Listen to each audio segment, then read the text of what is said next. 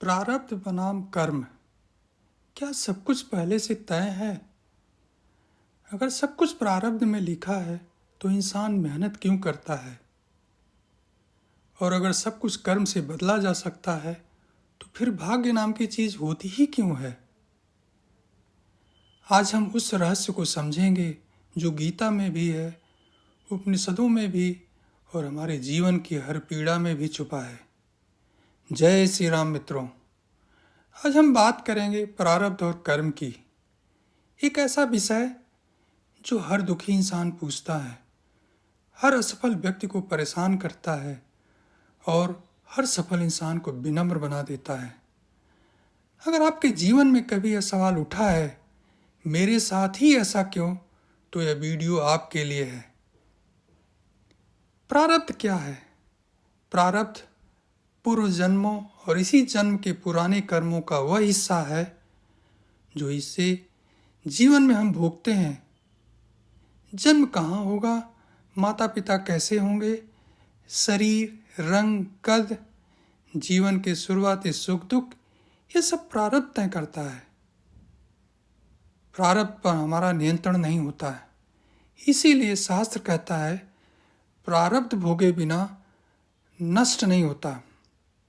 ब्रह्मवैवर्त पुराण में उल्लेख है, ना भुक्तम क्षीयते कर्म कल्प कोटि शतैरपि अवश्यमेव भोक्तव्यम कृतम कर्म शुभाशुभम। अर्थात बिना भोग के सैकड़ों करोड़ों कल्पों तक भी कर्म का नाश नहीं होता है। जो कुछ शुभ अशुभ किया है उसका फल जरूर भोगना पड़ेगा। बात करते हैं कर्म की। कर्म वह है जो आप अभी इस क्षण कर रहे हैं। आपकी सोच, आपका निर्णय, आपकी मेहनत, आपकी नैतिकता और आपका संघर्ष। आज का कर्म ही भविष्य के प्रारब्ध का निर्माण करता है और वर्तमान को दिशा देता है। गीता में वर्णन है, कर्मण्येवाधिकारस्ते मा फलेषु कदाचन। अर्थात तुम्हारा अधिकार कर्म पर है, फल पर नहीं। अक्सर लोगों के मुंह से कहते सुना है, जो भाग्य में लिखा है वही मिलेगा। यह अधूरा सत्य है। सच यह है, प्रारब्ध परिस्थिति देता है जबकि कर्म प्रतिक्रिया तय करता है। मान लीजिए दो लोगों का प्रारब्ध एक सा है, गरीबी। एक व्यक्ति हार मान लेता है, दूसरा संघर्ष करता है और इतिहास बना देता है। यही अंतर है कर्म का। जब इंसान केवल प्रारब्ध को मानता है तो वह निष्क्रिय हो जाता है, डिप्रेशन में चला जाता है और जिम्मेदारी से भागने लगता है। और जब केवल कर्म को मानता है तो अहंकार आ जाता है, असफलता उसे तोड़ देती है। इसलिए इसका समाधान है संतुलन। अब सबसे बड़ा प्रश्न, क्या प्रारब्ध बदला जा सकता है? नहीं, लेकिन उसका प्रभाव अवश्य कम किया जा सकता है।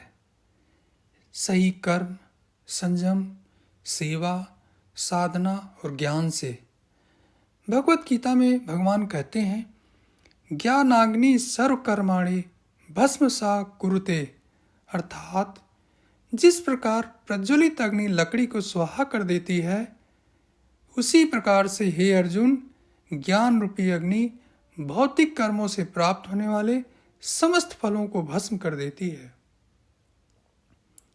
जिस दिन इंसान यह समझ लेता है कि दुख आया है, यही प्रारब्ध है, मैं कैसे प्रतिक्रिया दूं, यही मेरा कर्म है, उस दिन शिकायत खत्म हो जाती है, जीवन सरल हो जाता है और मन शांत हो जाता है।